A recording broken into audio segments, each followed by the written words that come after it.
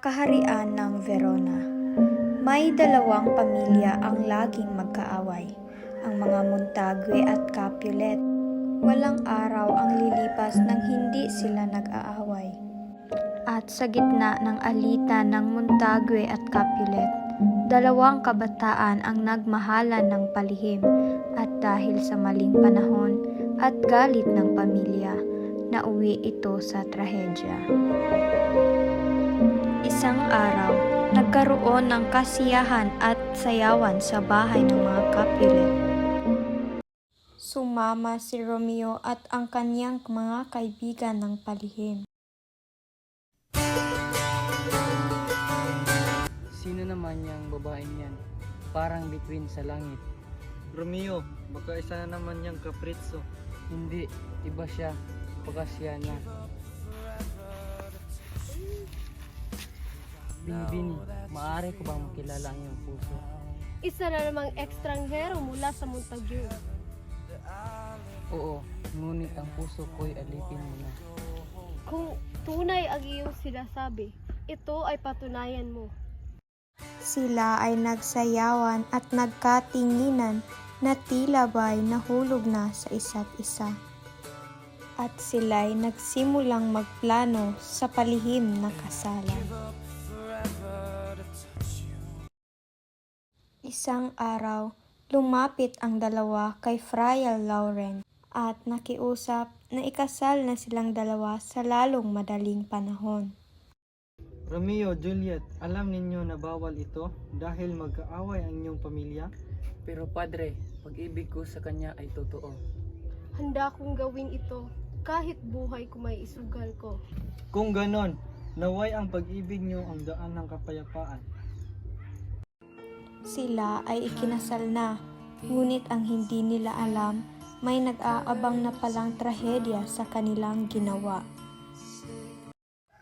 Isang araw, habang masayang nagkukwentuhan ang magkaibigang Romeo at Mercutio, ay dumating si Tybalt, ang pinsan na lalaki ni Juliet.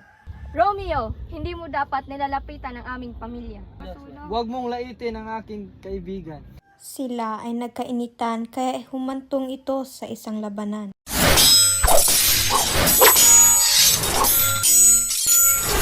Nadaig ni Tybalt si Mercutio, ang kaibigan ni Romeo. Romeo, huwag mong hayaang walang hustisya ang dugo ko. Tybalt, dahil sa ginawa mo, ikaw ang mamamatay. Hinabol ni Romeo si Tybalt at ito'y nauwi sa patayan.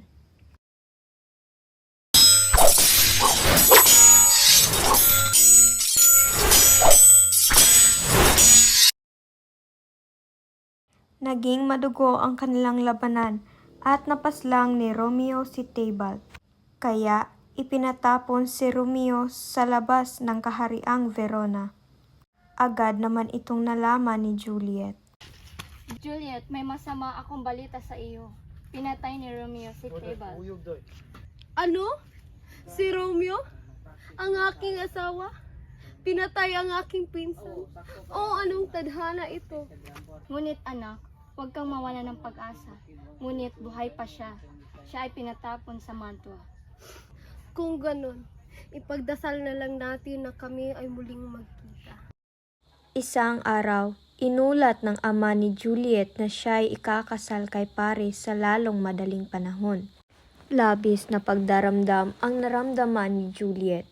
Kaya siya ay nagpasyang pumunta kay padre at humingi ng tulong kung ano ang kanyang posibleng gawin upang makasama muli ang kanyang asawa.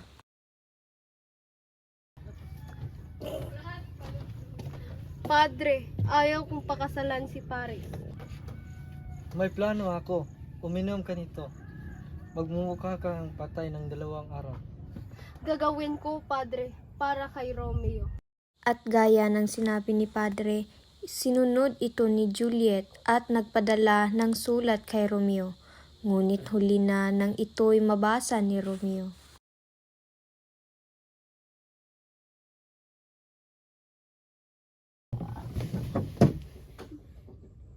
Si Juliet ay nawala ng malay at sa pag-aakala ng lahat na siya'y namatay. Gayon din ang pag-aakala ni Romeo. O aking Juliet, bakit mo ako iniwan? Kung mawawala ka, wala na ring silbi ang aking buhay. At dahil sa sakit na naramdaman ni Romeo, siya ay uminom ng makamandag na lason. Romeo! Romeo! Bakit mo ako iniwan? Hindi ako mabubuhay pag wala ka. Labis ang naramdamang sakit ni Juliet, kaya siya'y nagpakamatay. Hindi mo na ako tinirhan kahit isang patak man lang. Tingnan nyo ang ginawa ninyong puot. Dalawang inosenteng puso ang nag-alay ng buhay para sa inyong kapayapaan.